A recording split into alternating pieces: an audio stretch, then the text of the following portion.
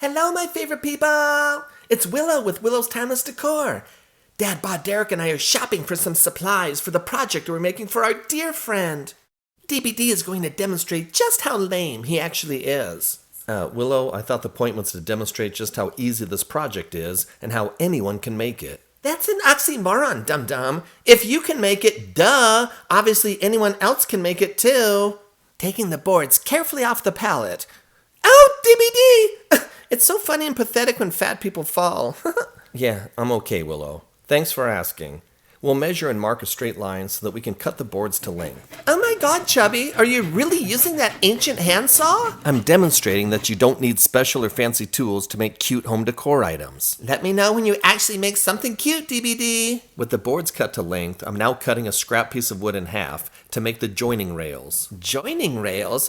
DBD, you just made that up. I'm using a sanding block to smooth any rough edges before applying some weathered gray stain to the cut sides so they match the aged rustic color of the lumber. I took a cheap disposable brush and I dipped it in wood glue. Then I let the bristles dry and I cut out a few chunks so when we want rustic finishes, it gives a streaked imperfect look like natural weathered aging. DBD. I know, this is the part where you say that my face looks like it has natural weathered aging. Oh god, no. I was gonna say what a bitchin' and cool idea.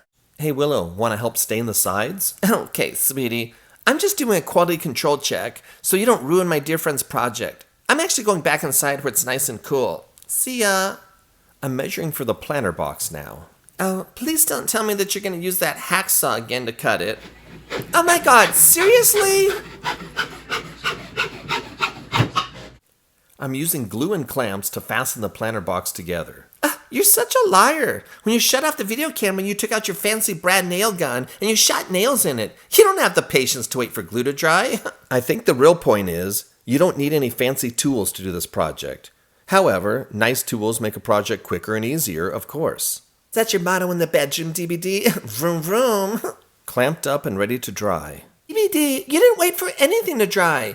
You hit stop on the camera, then shot nails in it, and immediately removed the clamps. Willow, I thought we covered this. It's for example purposes. Oh, like when you tell everybody that you're trying to lose weight and you're eating all healthy and stuff. And then when no one's around, you sneak off to the burrito shop and you pig out on El Pastor burritos and beer? Like that?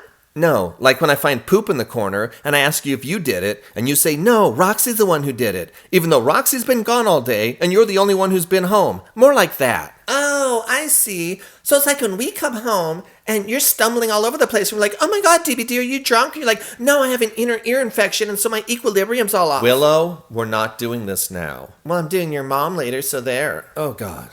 Back to the professional content as you've come to like and expect.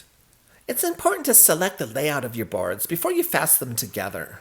Then we flip them over so we preserve the same layout and we fasten the joining rails. There's that word you made up again. I think the only thing that has joining rails is a railroad track, stupid.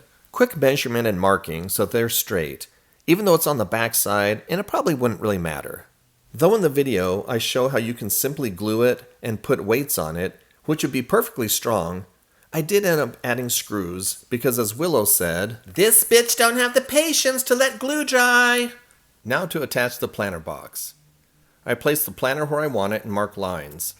Then I pre-drill for screws that we will install from the back, and I'll put some glue on it for additional hold. DBD, did you know that one of the first recorded instances of a street being numbered was on Prescott Street in London in 1708?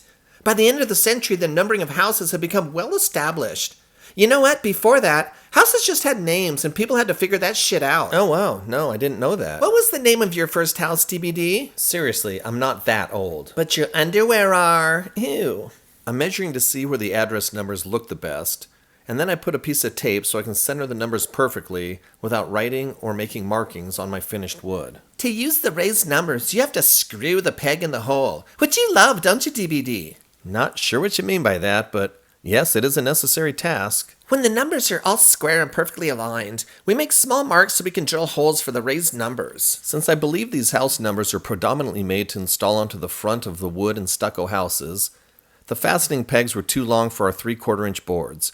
So I took a piece of scrap wood and a Sharpie marker, and then I cut the ends off of all the fastening screws so they wouldn't stick out of the back of the project. Again, would it really matter? Not really. The box that the house numbers came in tell you exactly what size drill bit to use. And we use that drill to drill the holes, and then we test fit our work.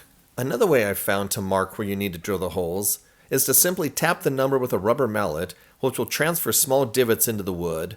This way, no marking is required on your finished surface.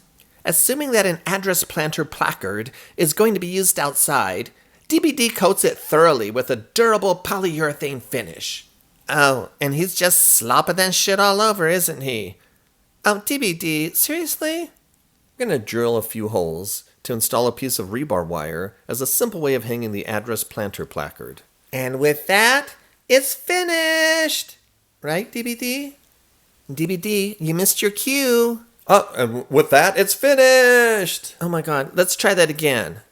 And with that, it's finished! Much better, Twinkle Toes.